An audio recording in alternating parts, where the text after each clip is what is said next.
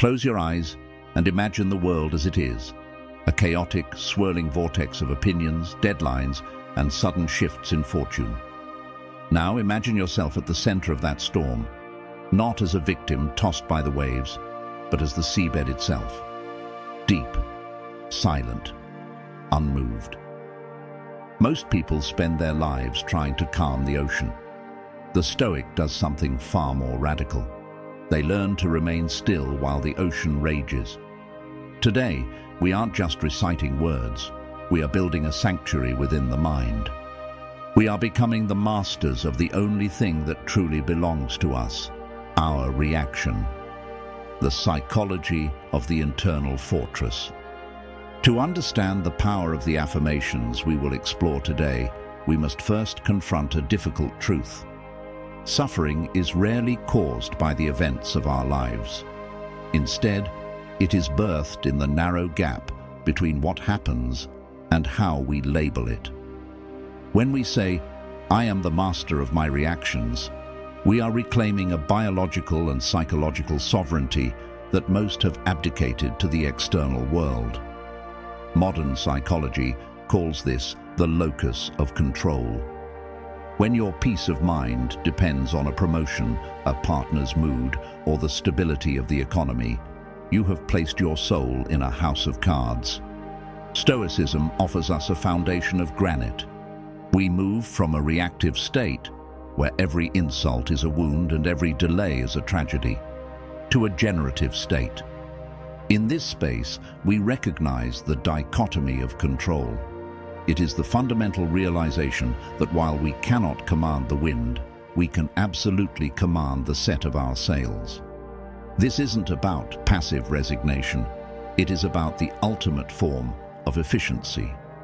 By ceasing to fight the unchangeable, we husband all our energy for the one arena where we are truly godlike, our own judgment. The aesthetic of stillness.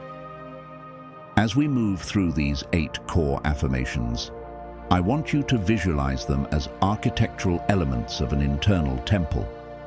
This is the Stoic way, recognizing that philosophy is not just a collection of dusty books, but a living, breathing aesthetic of the soul. It is elegant because it is simple. It is reflective because it requires us to look into the mirror of our own consciousness without flinching. We live in an age of hyper-distraction. Our attention is the most valuable commodity on Earth, and thousands of entities are working around the clock to steal it from us.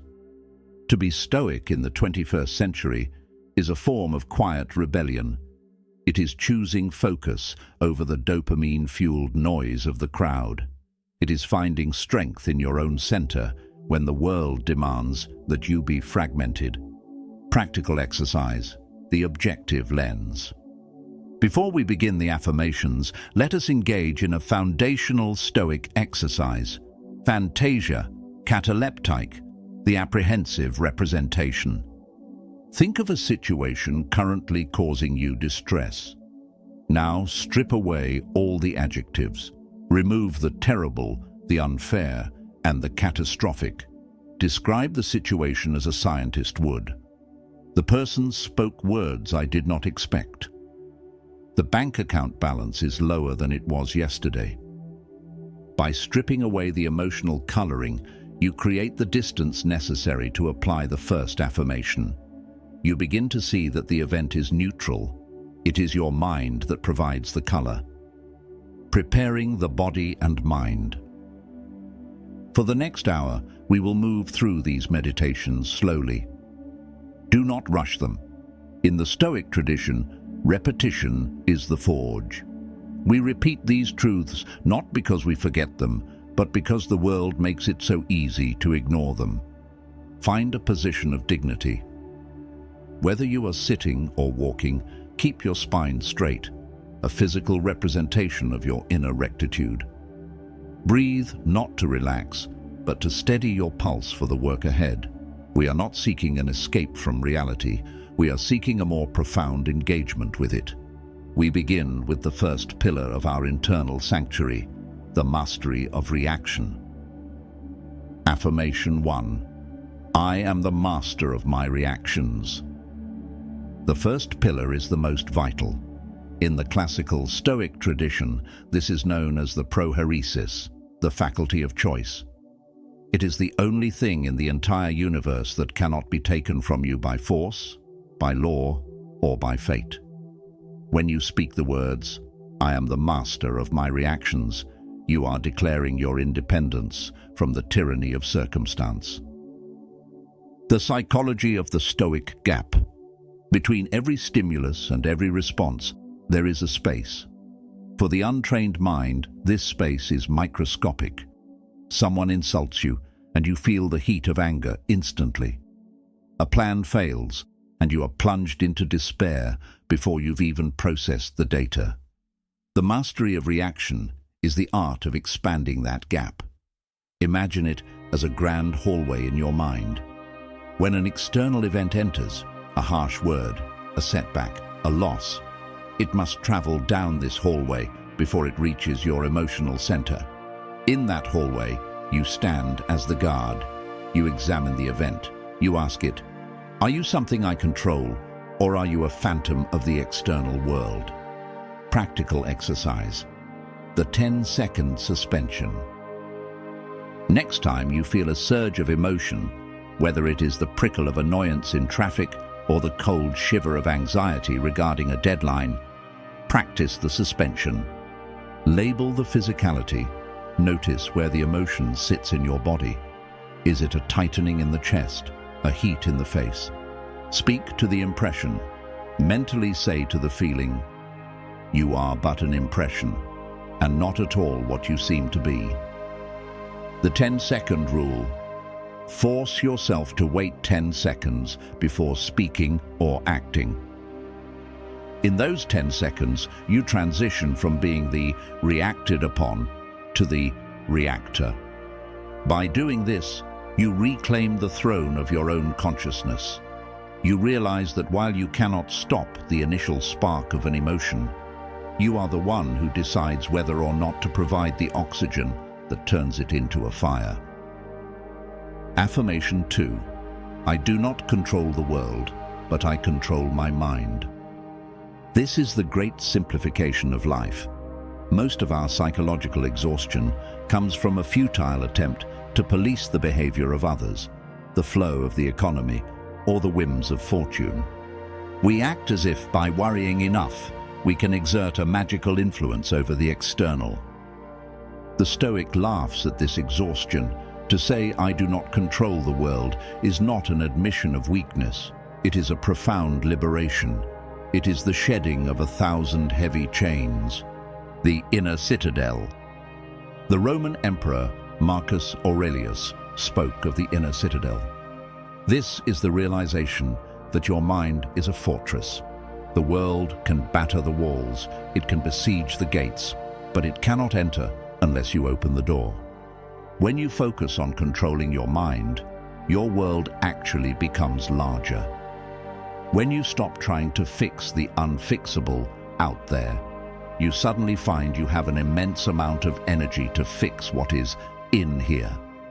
You begin to refine your judgments, sharpen your focus, and cultivate a sense of gratitude that isn't dependent on a perfect environment. Deep philosophical reflection. The mirror of fate. Consider the concept of amor fati, the love of fate. If you do not control the world, then every event that occurs is simply the material you have been given to work with. A sculptor does not complain that the marble is hard. They use the hardness to create a more durable statue. If the world gives you a difficult day, it is not an attack on you. It is merely the day's texture. Your control lies in how you weave that texture into the tapestry of your character. Your mind is the loom. The world provides the thread. Sometimes it is silk, sometimes it is rough wool. But you are the one who determines the pattern. Practical exercise, the circle of influence. Take a moment to visualize 2 circles. The outer circle is the circle of concern. It contains the weather, the news, the opinions of your neighbors, and the mistakes of your past. The inner circle is the circle of power. It contains your current thoughts, your next word, and your immediate actions. The Stoic Fortuna lifestyle is lived entirely in the inner circle. Every time your mind wanders to the outer circle, gently but firmly pull it back. Ask yourself, can my will change this? If the answer is no, then the only thing left to work on is your mental representation of it. Transition to the storm. As we solidify these first two pillars, we prepare for the inevitable rise of the winds. It is one thing to be the master of your mind in a quiet room. It is another to maintain that center when the sky turns grey. In our next movement, we will explore the third and fourth affirmations. How to remain steady when the storm rises, and how to find strength in your own center, even when you feel most alone. We have built the foundation and the walls of our inner temple. Now we must test its structural integrity. It is easy to be a philosopher on a sunny day. The true Stoic is forged in the gale. In this section, we move from the static mastery of the mind to the dynamic endurance of the soul. Affirmation 3. I am steady when the storm rises. The storm represents the high-stakes moments of life, the sudden medical diagnosis, the professional betrayal, the collapse of a long-held dream.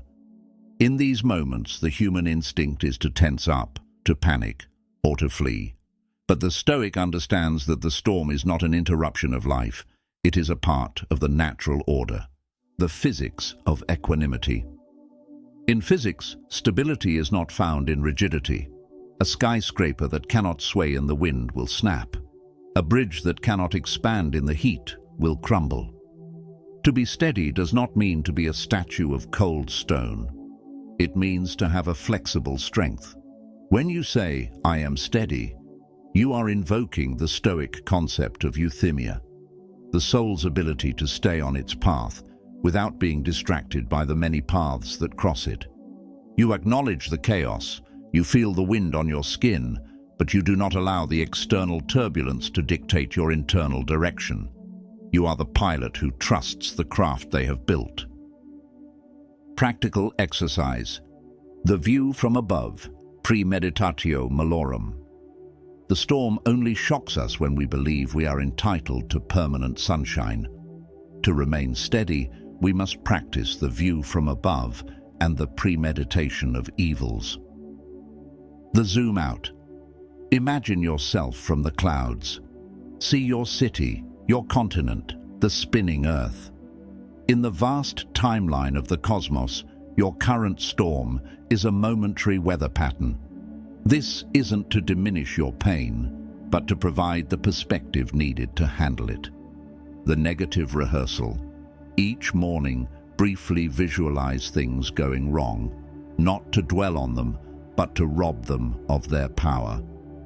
When you have already met the storm in your mind, it cannot take you by surprise in reality. You are steady because you are prepared. Affirmation 4. I find strength in my own center.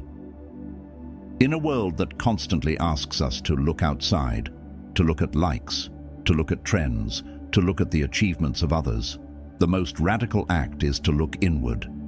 Finding strength in your center is the realization that you are already equipped with everything necessary to endure. The self-sufficient soul, autarkia. The Greeks called this autarkia, or self-sufficiency. It is the understanding that while external goods, wealth, reputation, health are preferred indifference, your character is the only true good. If your strength is located in your bank account, you are fragile. If your strength is located in your reputation, you are a slave to the whims of the crowd. But if your strength is located in your center, in your integrity, your courage, and your reason, you are invincible. They can take your possessions, they can ruin your name, but they cannot reach into your center and alter your virtue. Practical exercise. the inner sanctuary breath. When you feel the world pulling you in a dozen different directions, use this visualization to find your center. The anchor. Close your eyes and visualize a vertical line of light running from the base of your spine to the top of your head. This is your inner rectitude. The withdrawal. Imagine the noise of the world as a grey mist receding. As you inhale, imagine drawing all your scattered energy back into that central line of light. The affirmation. Whisper, "I am my own sanctuary." Feel the physical sensation of being collected rather than dispersed. The elegance of solitude. There is an elegance in being able to stand alone. The Stoic Fortuna aesthetic values the quiet, the reflective, and the solitary. To find strength in your center is to be your own best friend. It is to reach a state where you do not need the world to applaud you to know your own worth.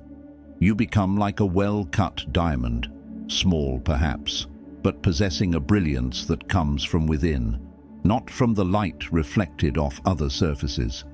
Transition to the radical acceptance. Being steady and centered allows us to face the final and perhaps most challenging transformation, the movement from merely enduring the world to embracing it.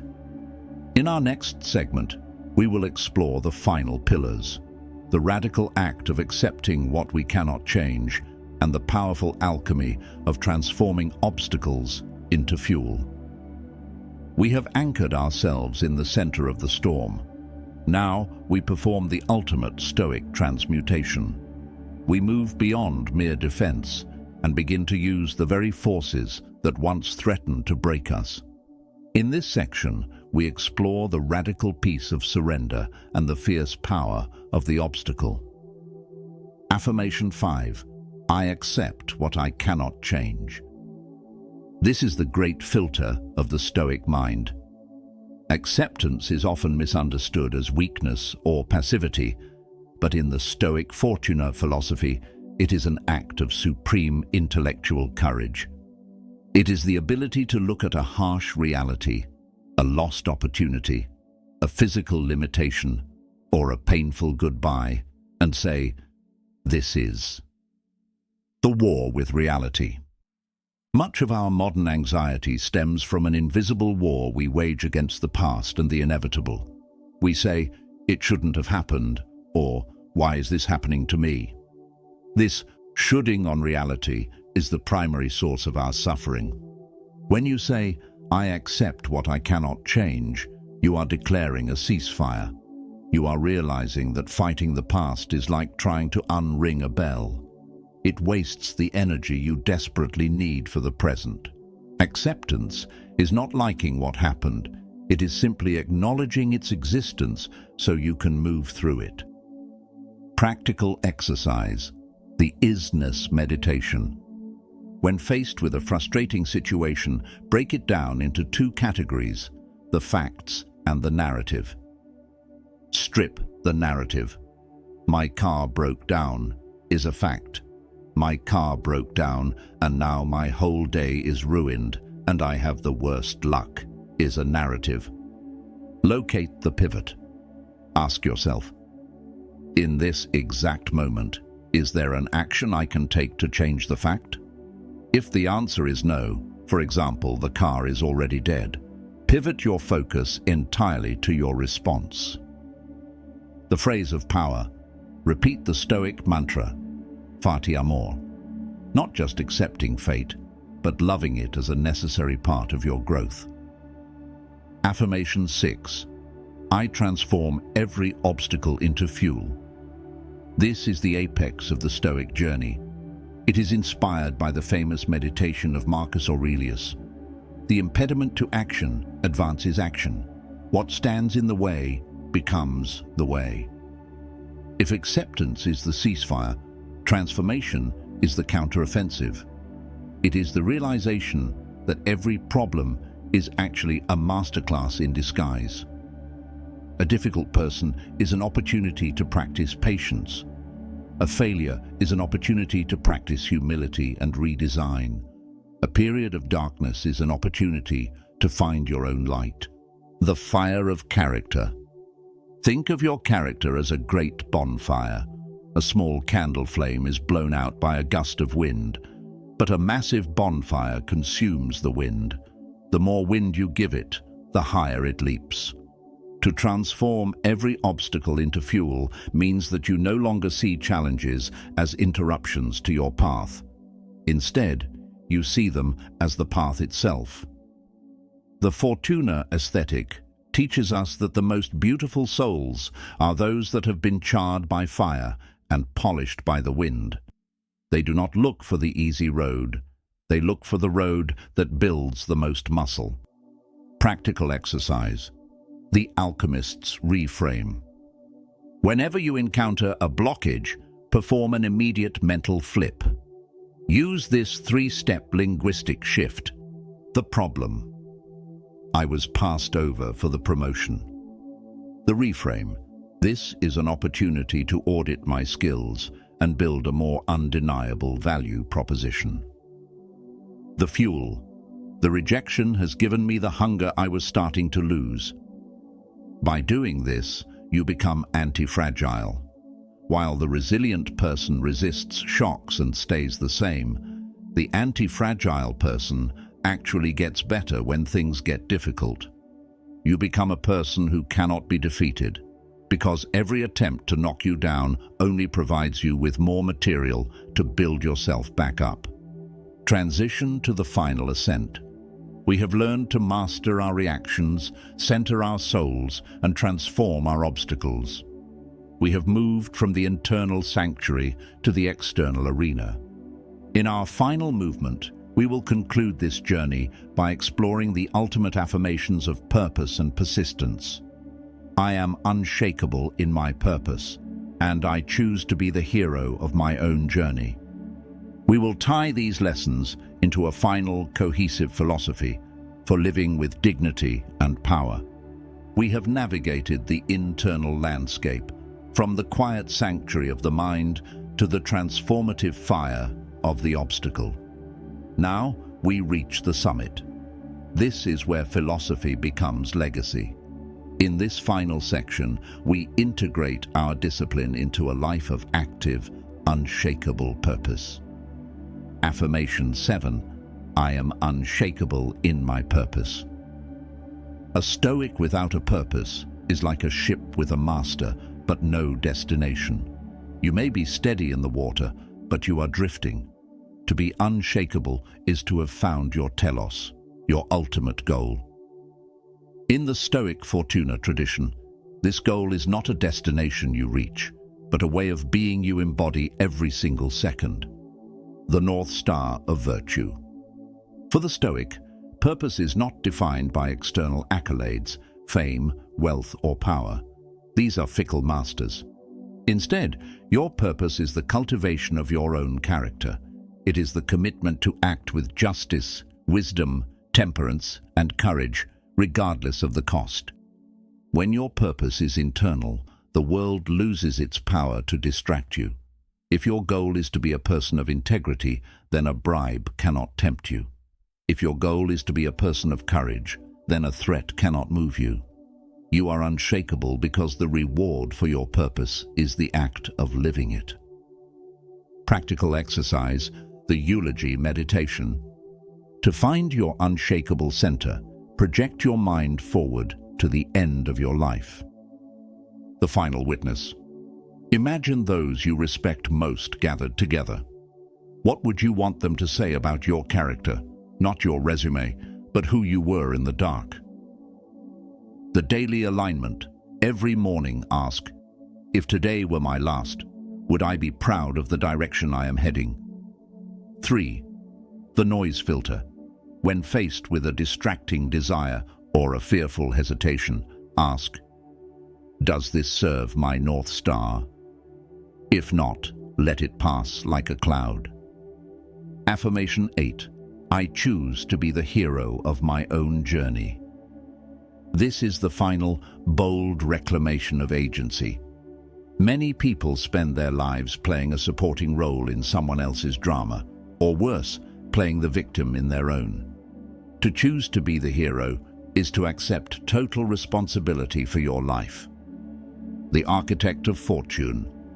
You are the architect, you are the author, you are the hero.